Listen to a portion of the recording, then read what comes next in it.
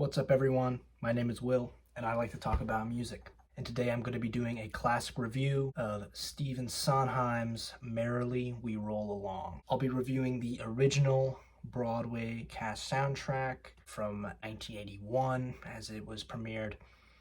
I am not looking at some of the various extra songs that have been incorporated into the revival version, which has a slightly different track list than what I'll be reviewing here. Let's talk about Stephen Sondheim.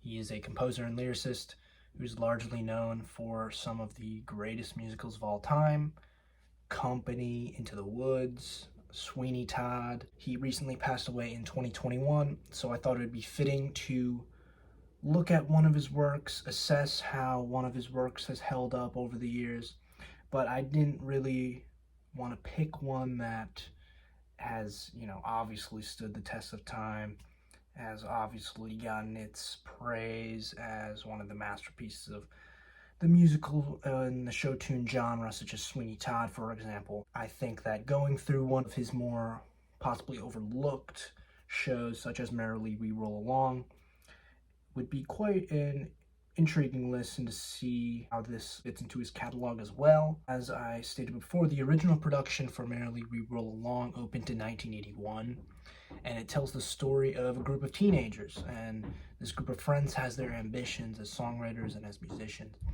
However, the protagonist Frank eventually gets tied with a bunch of film producers, and he wants to go this other way, and they're clearly not into it, especially his friend Charlie, who the main conflict is brewing, and the other friend in this trio, Mary, tries to ease the tensions between them and keep them as friends together. So it's mainly about them musing over the times when things were just much better between them and they had a much more fulfilling relationship. And it also shows about all of the people that Frank had to sacrifice to get to the top of the film industry, which is unusually presented at the beginning of the show instead of the end. You'd think it'd be this rags to riches story. Well, it's actually a riches to rags story because the show is presented in a reverse chronological order, which is one of the most unique things I've ever seen in a musical. I don't think that any other musical has done this. I mean, I've seen it in films like Memento, for example, but I wouldn't think that Sondheim would have gone into this kind of structure. But it is quite an interesting way to present the themes because it shows not only the regression of his interest in pursuing a music career, but instead, by doing it in reverse chronological order, it's now like it's growing throughout the show, and it's more clearly showing the themes that maybe he is trying to present rather than showing the regression of them. The general reception at the first premiere of the show is generally pretty negative. They didn't really get what was going on. They couldn't follow it because of its very weird and fascinating structure, you could say. There is currently a revival, as I stated before, that somewhat reimagines the show, somewhat adds some songs, somewhat rearrange some songs, somewhat cut some songs out to make it somewhat more fulfilling for audiences, as has been seen, as it's been getting pretty good reception and a lot more appreciation from critics and audiences. So the show starts with the Overture, which is quite a quick overture, only about 3 to 4 minutes, but it accomplishes a lot in terms of setting a tone for the show for me. It is in a rounded binary structure or an ABA structure, as it starts off with a classic 50s big band showcase, as it sets up mainly this atmosphere that most of the show is going to indulge in instrumentally. The music is driven by tight playing in the band, which gives it a great amount of energy and momentum that I really love. I think after the first minute, the atmosphere calms down, and then it gives way to a lyrical passage with compelling and soaring melodies and harmony from the brass. This middle section of the opener provides so much warmth that makes the writing much more sophisticated than just a simple revival of a 50s sound.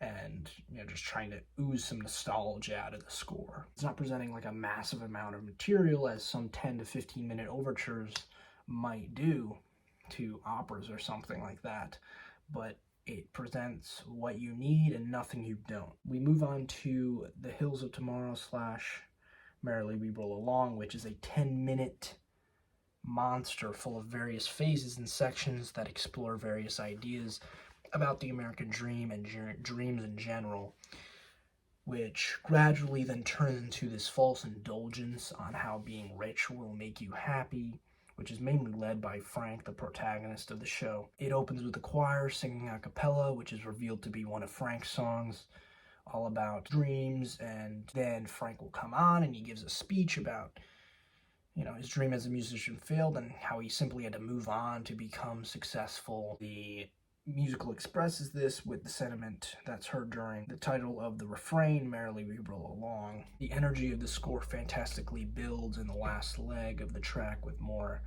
intense drum patterns and big brass interjections of the main motif established at the outset of the overture. And it's just constantly gripping musically and lyrically. It does not really have any dull moments even for the 10 minutes that it runs on, especially with the amount of vocal interjections between the characters that constantly shift the opinion and the perspective on the topics being discussed. Then we reach Old Friends / Like It Was. The first phase of this track actually represents the first transition where we go back into the past, but not all the way. We go like a few years back now. The main theme of the musical is sung by the group vocals, once again accompanied by these short brass stabs from the orchestra. And then things transition with chill, cascading piano lines in a much calmer soundscape filled with nuanced woodwind lines and mallet percussion. It is here that the lyrics start to muse over the way that things used to be in the friend group. Charlie, who used to be Frank's best friend, interjects to say that it's not the three of us anymore, it's just one and one and one, showing that they've all gone their separate ways. On Franklin Shepard Incorporated, I just love the amount of quick and active drum and synthesizer sequences in the instrumental that add to the exhilarating performance from the actor who's playing Charlie as he conveys his frustration and sadness towards his relationship with Frank at the moment, as he doesn't really understand what he does other than the fact that he's concerned with money, he's concerned with his career more than his personal life. At this point, he seems to take his friendships for granted. And even with all this frustration and sadness, there's actually a point in the track where he subverts those feelings and tries to push towards denial, as he says that nothing is ever permanent, friendship never truly goes away, but clearly where we're headed towards the end or beginning of this musical, depending on how you want to look at it, that's clearly not the case. Old Friends is one of the strongest pieces of writing on the album, and just such an amazing blend of energy. The melodic work has such a fantastic rhythm to it. It is supported by a strong accompaniment driven by a skittering drum sequence as well. And the lyrics on this track are just incredibly entertaining because you see a certain amount of tension between Frank and Charlie arising, even though they're singing a song about how old friends are better than new friends, and new friends can like you and advise you into certain things, but old friends can forgive you, all of that. But then there's some interjections and arguments while Mary tries to ease the tension throughout. And it's also very intriguing to note that this is the first time that we see a song that is touched upon by a character previously being expanded upon. And this is because that since the show is in a reverse chronological order, Sondheim gives us glimpses of these tracks like they would be reprises. We actually get the song in its entirety.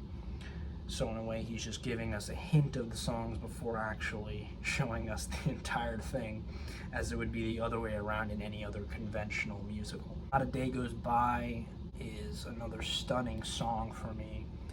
The opening starts with these gorgeous string sections, and then the rest of the track builds with the sound with luscious and powerful orchestration. And then meanwhile, Charlie sings an expansive and beautifully written melody, while he's also clearly articulating that he really doesn't want this relationship to die out and that he is nothing without his friend.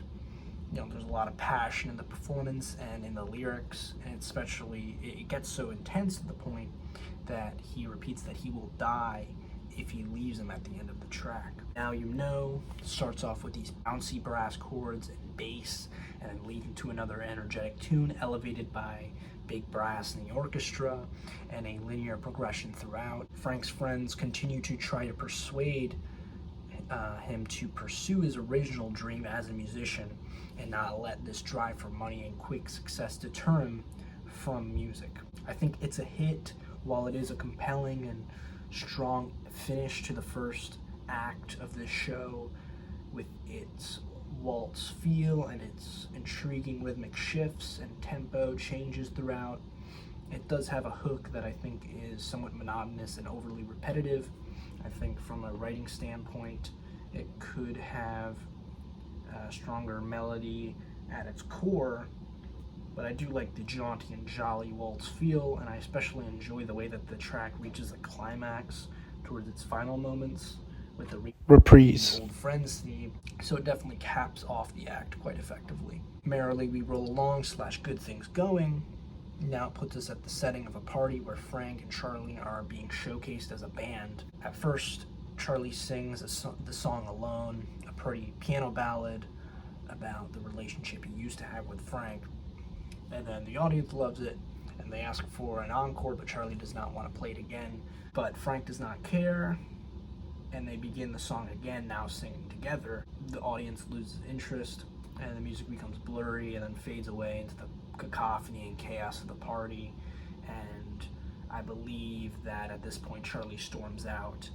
But I think that the track ends quite abruptly and doesn't really give us enough details to what fully happened between the two exactly, even though we know it's not something that was good, because it further shows how Frank does not really care about Charlie's opinions and will just strictly stay to his own viewpoints, and he's, quite stubborn in that fashion. Merrily We Roll Along / Bobby and Jackie and Jack. In this one, the year is now 1960. We're going even further back in time. On this track, the three friends somewhat poke fun at the upper class, while also envisioning themselves in that upper class, visioning themselves as rich and hosting these parties and inviting famous people and musicians such as Leonard Bernstein, W.H. Auden, and Heifetz, for example. The instrumental at the bulk of the cut is stripped back to just piano, which is a constraint, and stripping back from that glamorous big band sound that we heard on previous cuts, showing their humble beginnings in society perhaps. There is some references to Wagner throughout the track. There's Vivaldi as well, and even a prominent quote of Schubert's Unfinished Symphony used throughout. It's too similar to say that's just inspired or it just sounds like it. It's a clear quote in the piano accompaniment. Not a Day Goes By is technically the first iteration of the song if it was in chronological order, and this time it features a duet between Charlie and Mary, and their outlook on friendship is much more optimistic than the first time it was presented in the show from only Charlie's perspective. Now, as the days go on and as time goes on, they're saying that their friendship only continues to grow instead of diminishing and fading away. Opening doors, we're continuing to go back in time in their career. Instrumental on this one, very loose and scattered. They talk about getting employment in the city, telling each other all about it. The quick and intense brass, woodwind, and synth interjections throughout add to this energy and excitement. The amount of just vibrance that oozes from not only this track but other tracks is just very clear here. And then Our Time, I think, is the true closer to the show. It's a beautiful and inspiring duet that is instrumentally led by violin harmonics and light piano textures in the verses. In terms of the narrative, finally gives us the first starting point of their relationship. They finally feel that they can accomplish anything and change the world together. The melody just has a beautiful syncopation and a wonderful chord progression that supports it as well. The Hills of Tomorrow is somewhat unnecessary. It's a fine sentiment to leave us off with, but it's basically just a cherry on top that feels unnecessary at this point. In fact, I believe that the revival version literally leaves this portion out for understandable reasons, because I don't really think it adds anything other than a brief and unnecessary epilogue. But overall, this is just a very intriguing narrative that leaves you with a gratifying message about setting your mind to something and continuing your dreams. It's a simple story, but it definitely gives an effective theme at the core of it, and it's hard to completely grasp what Sondheim believes in terms of whether it's right to be overtly optimistic, as they are at the end of the show and at the beginning of the timeline, or if it's right to be cautious about where you should consider to try to find success. But considering his own career, as well as the fact that he chose to put this in reverse chronological order, ending with the more optimistic sentiment, I think we can basically assume that he would probably side with the final sentiment rather than Frank's current state that we see at the beginning of the show as a film producer who's more focused on money than his original dream to become a musician. Overall, just great songs throughout. That's backed with gorgeous orchestration, thought-provoking lyrics about how society can deter us from accomplishing our goals. For those reasons, I'm feeling an 8. But what do you think about this show? Have you seen the show? Have you listened to this score? Do you prefer the original score? Do you prefer the new, updated version of the show and of the soundtrack? What are your thoughts on Sondheim's work, his other musicals? Let me know all of that down in the comments, and I'll see you in the next review.